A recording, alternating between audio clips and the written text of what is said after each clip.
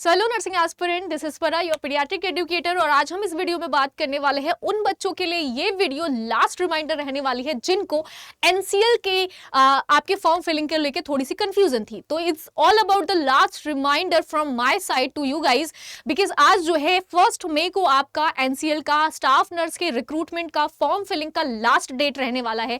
तो जिन भी बच्चों को इंटरेस्ट है एनसीएल में स्टाफ नर्स की पोस्ट पर कार्यरत होने का, वो आज फटाफट से फॉर्म जाके भर लीजिए। अब बहुत सारे बच्चों को ये लग रहा होगा कि लास्ट दिन है, क्या हो सकता है क्या नहीं हो सकता, इस हड़बड़ी में वो बहुत ज्यादा गलतियां कर देते हैं। तो ये वीडियो उसी चीज के लिए है कि भाई ये जो है NCL form last date reminder आपके लिए रहने वाला है कि फटाफट से जाके आज के आज आपको फॉर्म फिल करना है। अगर मैं यहाँ पे बात करूं तो ये जो लास्ट फॉर्म फिलिंग का डेट रहने वाला है, ठीक है, लास्ट फॉर्म फिलिंग का आपका डेट रहने वाला है, इट वुड बी 1 मई, यानी कि 1 मई 2026। ठीक है, इस डेट में यानी कि आज के आज आपको 11 बज के, ठीक है, क्या मैं बात कर रही हूं, 11 बज के आपका 59 पीएम, ठीक है, पीएम पर आपका क्या हो जाएगा, यहाँ पे ये फॉर्म फिलिंग स्टॉप हो जाएगा। तो आपके पास 12 बज के पहले यानी कि 11 बज के 59 तक का वक्त है। जल्दी से फॉर्म को फिल कर लीजिए जिन भी बच्चों ने अभी तक फॉर्म फिल नहीं किया है। अब लास्ट मोमेंट में फॉर्म जो है वो फिल करोगे तो कुछ गलतियां होनी तो एक्सपेक्टेड है बेटा। बहुत हड़बड़ी में, बहुत जल्दी जल्दी स्ट्रेस के सिचुएशन में आप क्या क्या गलतियां कर सकते हो, उन चीजों को मैंने पहले ही हाईलाइट करने की कोशिश करी है कि आपको मैं बता दूं, ताकि आपसे अपनी तरफ से कोई भी mistake while form filling procedure, कोई भी प्रॉब्लम ना हो। तो चलिए एक एक करके बात कर लेते हैं। पहला अगर मैं बात करूं तो यहाँ पे some mistakes is going to be very very regretful for the life time. आपके लिए बहुत ज्यादा लाइफ टाइम तक के लिए रिग्रेटफुल हो सकता है अगर ये कुछ चंद गलतियां आप कर देते हैं वाइल फॉर्म फिलिंग प्रोसीजर। तो यहां पे सबसे पहले अगर हम गलती की बात करें तो सबसे पहला जो कॉमन गलती होता है वो होता है लास्ट डेट पर फॉर्म फिल करना।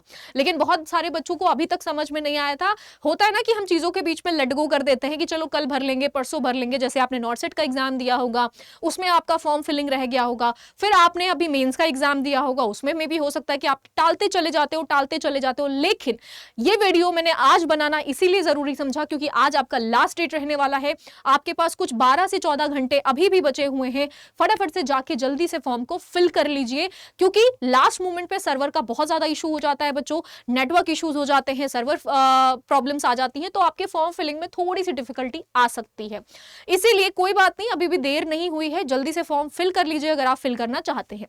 डॉक्यूमेंट्स की अगर बात करें तो डॉक्यूमेंट अपलोड बिना वेरीफाई किए सबमिशन, आपको जो स्टेप बाय स्टेप जब आप फॉर्म्स को फिल करते हैं तो हड़बड़ी तड़बड़ी में आप क्या करते हो, जो रिक्वायर्ड डॉक्यूमेंट्स होते हैं उसमें कुछ क्रिटिक्स आ जाते हैं, जिसकी वजह से आप जल्दी जल्दी फॉर्म को, डॉक्यूमेंट्स को सबमिट कर देते हो बिना उसको एक बारी क्रॉस चेक किए। तो ये सबसे बड़ी दूसरी गलती हो सकती है, यानी कि सबमिशन के पहले आपको सबसे पहले एटलीस्ट ट्वाइस सारे डेटा को, जो आपने इंफॉर्मेशन भरी है, उसको क्रॉस चेक करना है।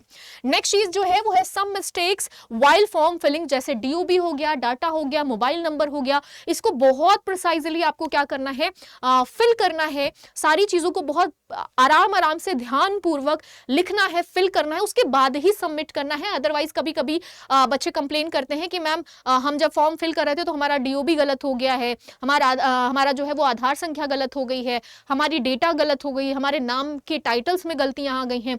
तो ये सब अगर होती है तो आपके फॉर्म रिजेक्ट होने के चांसेस हो सकते हैं बच्चों। इसीलिए आपको क्या करना है, डीओबी, डाटा, मोबाइल नंबर, इन सारी चीजों से रिलेटेड कोई भी गलती नहीं करनी है। नेक्स्ट जो गलती मिस्टेक्स हो सकती है वो है photo and signature wrong size upload करना।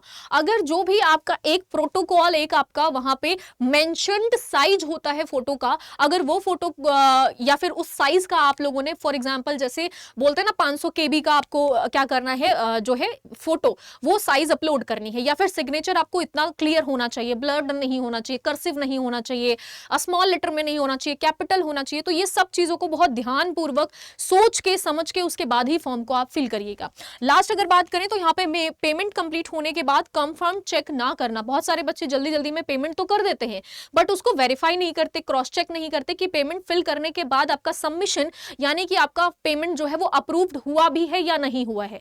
आपके मोबाइल से या आपके सर्वर से तो वो चीजें कट जाती है, आपका पेमेंट जो है बैलेंस कट जाता है, बट वहां पे वो अप्रूव्ड नहीं होता, जिसकी वजह से आपको पेमेंट ना तो वापस आ सकता है और ना तो फिर आपका फॉर्म ही फिल हुआ है। यानी कि आप बीच के मांझी रह जाते हो, ना इधर के होते हो ना इधर के होते हो। इसीलिए आप पेमेंट करने के बाद हमेशा से उसके वेरीफाइड होने तक का वेट करिए, अप्रूव्ड होने तक का वेट करिए। नेक्स्ट अगर बात करें तो फाइनल सबमिट के बाद फॉर्म डाउनलोड ना करना इज द मोस्ट आपका प्रिसाइज यहां पे गलती हो सकती है कि आप जल्दी में फॉर्म को तो फिल करवा देते हैं, लेकिन यहां पे आपको फिल करने के बाद फाइनल सबमिशन के बाद फॉर्म को डाउनलोड भी करना है, क्योंकि उसकी एक कॉपी आपके साथ क्या होनी चाहिए, हमेशा होनी चाहिए।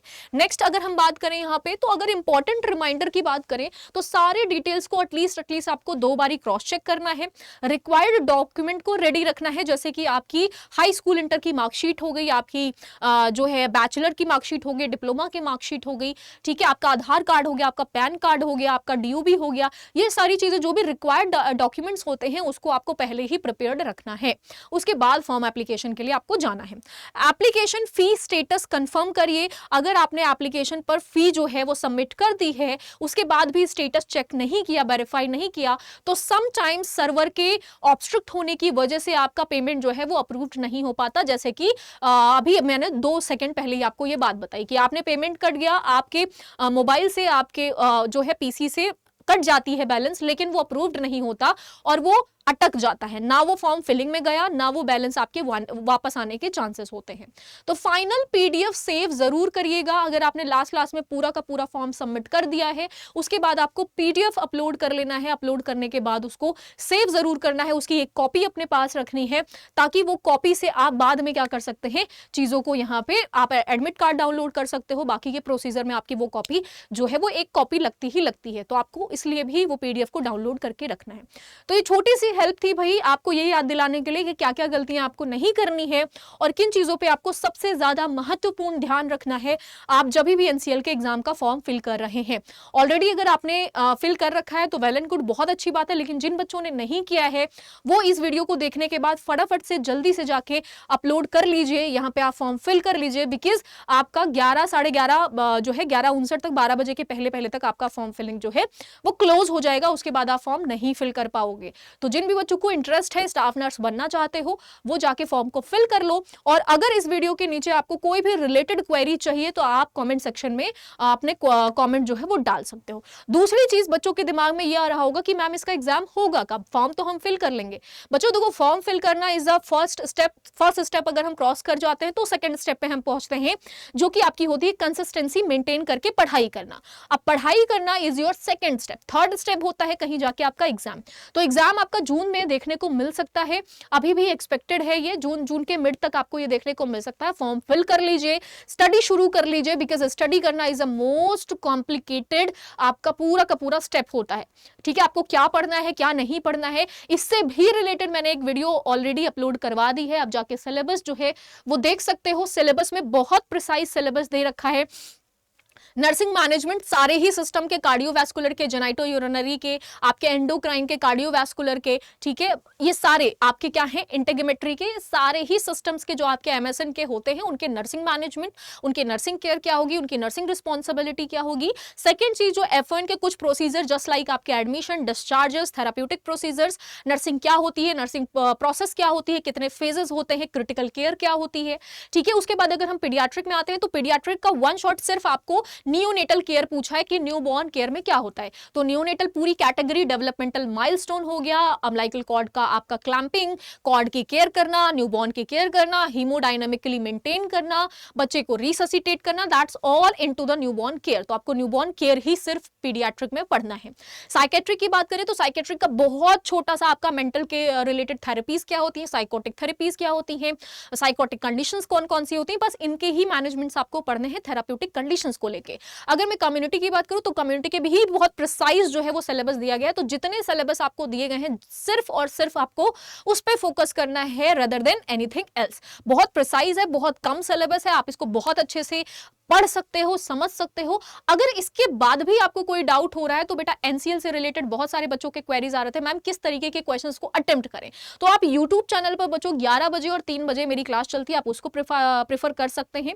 ठीक है, जो आपके एमसीक्यू प्रैक्टिस के लिए है। और अगर आप यहाँ पे बेस्ट स्कोरर बनना चाहते हैं तो आई वुड सजेस्ट कि आपको क्या करना चाहिए बेटा, सिंपली यहाँ पे नर्सिंग अड्डा 24/7, ठीक है, क्या करना है आपको, नर्सिंग अड्डा 24/7 को क्या करना है, फॉलो करना है सबसे पहले। तो अगर आप चाहते हैं कि आपको बहुत अच्छा, ठीक है, अगर आप क्या चाहते हो कि आपको बहुत अच्छा जो है प्रिपरेशन गाइड मिले पूरे के पूरे मेंटोरशिप के साथ, गाइडेंस के साथ, तो आपको सिंपली कुछ नहीं करना है बेटा। गूगल पे जाइए, गूगल पे जाने के बाद आपको नर्सिंग अड्डा टाइप करना है। ठीक है, क्या टाइप करना है? नर्सिंग अड्डा 247 टाइप करना है। और नर्सिंग अड्डा 247 टाइप करने के बाद आपको, ठीक है, यहाँ पे बोर्ड थोड़ा सा इशू कर रहा है हमारा, कोई बात नहीं, सो के, ठीक है, गूगल पे जाओगे, यहाँ पे नर्सिंग अड्डा 247 टाइप करोगे, आपको कोर्सेज के वहां पे एक इंटरफेस दिखेगा, उस कोर्सेज पे क्लिक करोगे। क्लिक करने के बाद आप नर्सिंग को स्क्रॉल करोगे। नर्सिंग वर्टिकल में आने के बाद आप वहां पे महापैक, वहां पे आरआरबी, वहां पे नॉर्सेट, वहां पे एसएसबी, इन सारे के सारे जो है एग्जाम्स का आप क्या देख पाएंगे? बैच देख पाएंगे।